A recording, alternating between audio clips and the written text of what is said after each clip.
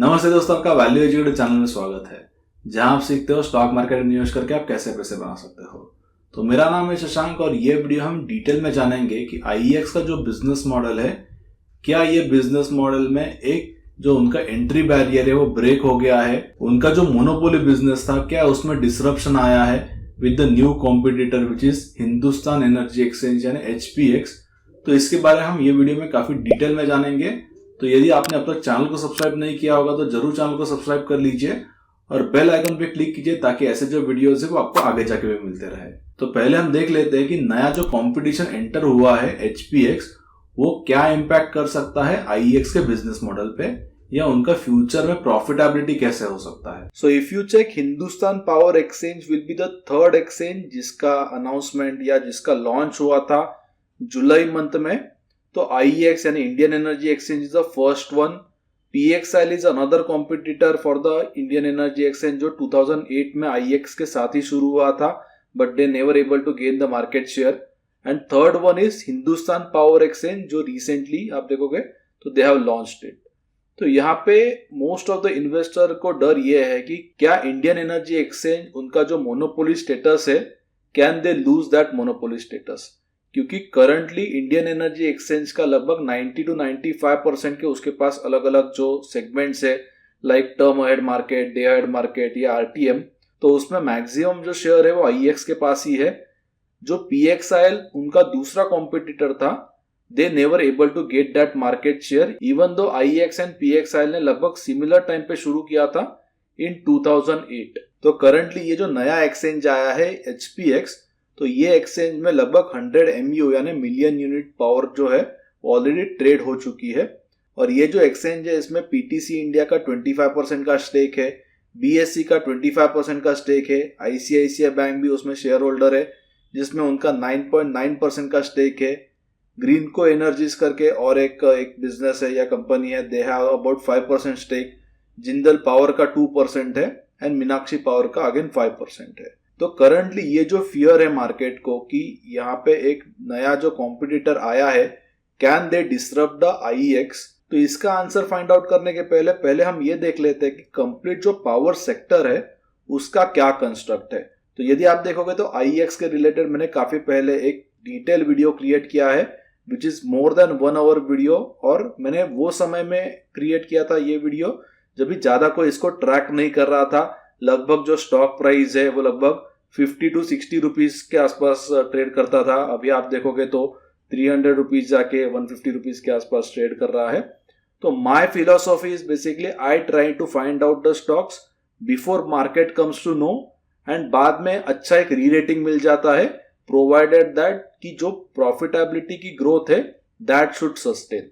ऐसे काफी stocks I have already identified, like Tata Elxsi है या सीडीएसएल है, आईईएक्स है, दीपक नाइट्राइट है, मेनी स्टॉक्स आर देयर।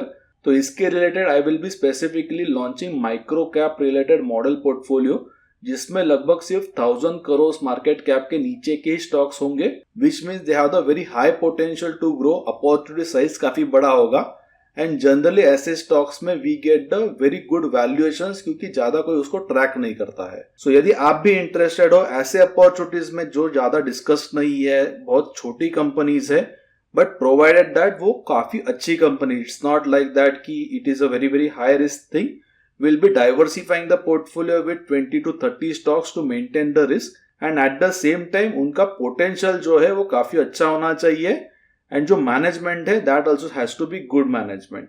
तो यदि आपको भी रजिस्टर करना है तो लिंक जो है मैंने डिस्क्रिप्शन में दिया है या कमेंट सेक्शन में भी आप चेक कर सकते हो, so that you will be also in that journey कि जहां पे एक अच्छी वेल्थ आप क्रिएट कर सको in long term. So coming back to the power sector construct, तो लगभग जो 86% जो पावर ट्रेड होती है इंडिया में वो लॉन्ग टर्म कॉन्ट्रैक्ट से है, जिसमें लॉन्ग टर्म के पीपीएस होते हैं यानी पावर परचेस एग्रीमेंट, और जो बचा हुआ 14% है वो शॉर्ट टर्म में जाता है, जिसमें अलग अलग 3 सेक्शंस है, which is bilateral contracts which are less than 1 year। Exchanges पे जो पावर ट्रेड होता है that is almost about 7.4% of the total power, जिसमें आईईएक्स के पास लगभग 90 to 95% का मार्केट शेयर है। And last one is deviation settlement mechanism, that is DSM. इसके रिलेटेड आपको और डिटेल में जानना है तो जरूर आप मेरा प्रीवियस जो वीडियो है वो जरूर देखिए।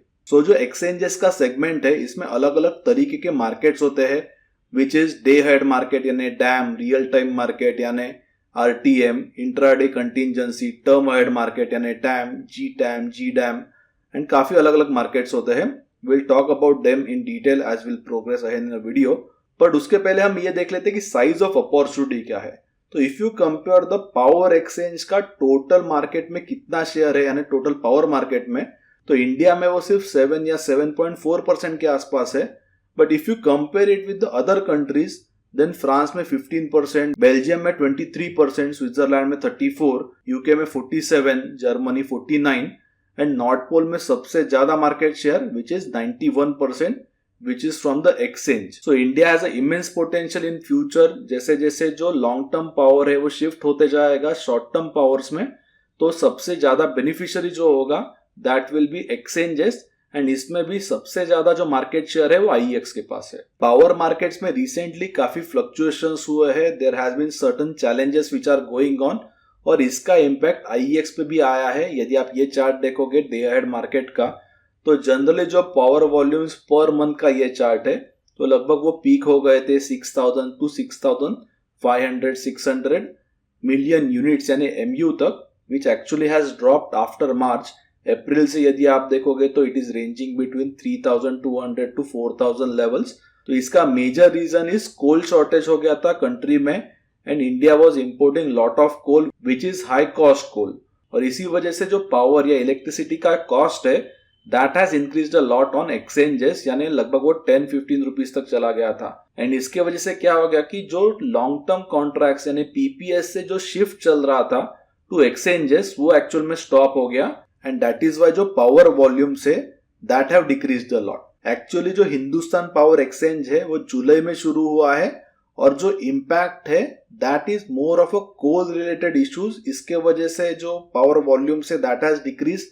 आगे जाके हम प्रॉफिटेबिलिटी भी चेक करेंगे, how it got affected on the profitability for the IEX. But we have to actually understand that कि मोस्ट ऑफ द जो इम्पैक्ट है that is due to coal shortage, not due to entry of new competitor. But RTM यानी real time market जो है that is more और less very stable market. Generally ये market में अच्छे volumes है and IEX also have almost about 99.9% market share in RTM यानी real time market. Now let's see about कि मैनेजमेंट कंपटीशन रिलेटेड क्या कह रहा है.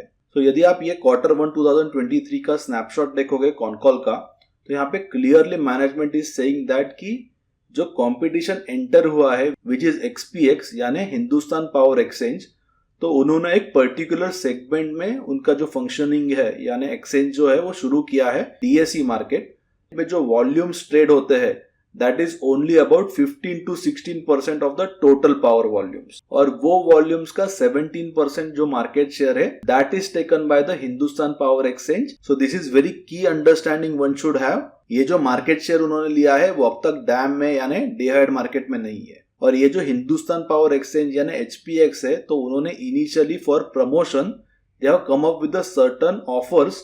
लाइक उन्होंने जो पावर ट्रेडिंग है वो फ्री किया था फॉर फर्स्ट 21 days एंड उसके बाद में they are again offering some 20 to 30% discount just to get those initial volumes. But we have to also understand कि ये जो इकोसिस्टम है विच इज द प्लेटफॉर्म यानी पावर प्लेटफॉर्म इकोसिस्टम, तो उसमें नेटवर्क इफेक्ट्स काफी इंपॉर्टेंट होते हैं. So what is the meaning of the network effect? तो यहाँ पे buyers are very important so that sellers can sell to this buyers and at the same time sellers are important so that जो buyers है वो seller से जो भी power है वो खरीद पाए. So buyers and sellers are important to each other to complete that ecosystem. और जब तक कोई भी एक प्लेटफॉर्म में बायर्स और सेलर्स नहीं है इन सिमिलर क्वांटिटी या to provide that required liquidity, तब तक वो जो ट्रांजैक्शन है वो स्मूथली नहीं होगा. To make you understand in a very simple language, यदि आपके पास कोई भी एक कंपनी का बड़ा स्टेक है, लाइक फॉर एग्जाम्पल कोई एक कंपनी के 2 लाख शेयर्स आपके पास है, तो you will naturally prefer to sell those shares on NSC and not on BSC, because BSC में जनरली जो वॉल्यूम्स है that are very very low compare to NSC.